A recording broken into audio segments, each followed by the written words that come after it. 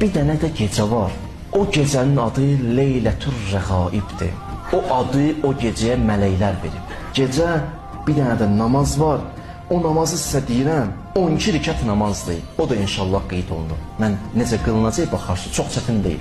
O 12 rükət namazı 2 rükət qılırsan, hər namazı salamları deyirsən. Namazı qılıb qutarandan sonra deyir, bəndə əlin qaldırım, nə istəsə Allah verir. Bax dedim sizə, adı Leylətür Rəğaibdir. O gecənin bir qismi heç olmasa yatma. 1/3 hissəsindən sonra mələklər yığışır, deyirəm sizə. 1/3 hissəsindən sonra mələklər yığışır.